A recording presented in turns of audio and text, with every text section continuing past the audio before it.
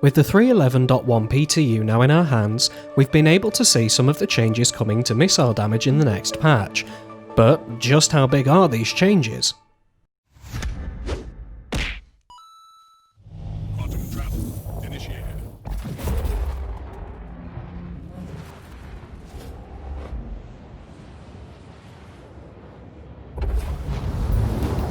Let's start by taking a look at the missile damage in the current 311 patch. All of the numbers in the chart you're about to see are the averages across all munitions of a given size, just to keep things easier to read. For those who don't know the more nuanced part of it, missiles actually impart two damage types currently, being physical and energy, with the vast majority of their damage imparted via the energy type. This means that missiles, and torpedoes for that matter, are great at bringing down shields, but they're kind of useless at imparting hull damage unless the shields are down, or they can bring the shield down in the explosion. In 311.1, this is changing slightly.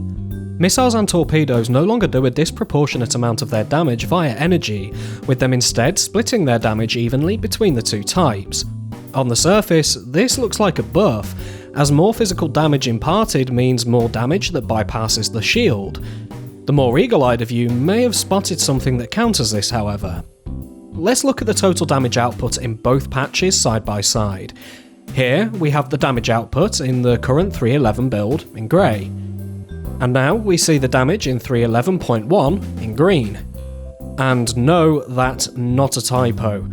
These figures were copied and pasted straight from the game files by us earlier today. Self-propelled ordnance in 311.1 may as well be Nerf darts. In fact, a size 9 torpedo straight up the jacksie, and even an Aurora is going to keep trundling on. So why would CIG do this? Well, we suspect this is actually due to the upcoming IAE Free Fly event. On the Aegis Day especially, it's undoubtable that the hills will be alive with the sound of heavy ordnance whose destructive capability rivals that of your average tactical nuclear warhead. For newcomers likely to play the game in that time, that's probably not a good thing. So will these changes stay?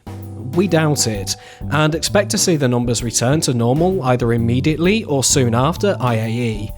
However, this could be a good opportunity for CIG to balance missiles and torpedo damage, and we would implore them to do so, as well as perhaps switch some to being distortion, giving us the first taste of EMP ordnance. All missiles have distortion damage values, they're just all set to 0. That said, for now, F in chat for the Eclipse and the tally owners out there.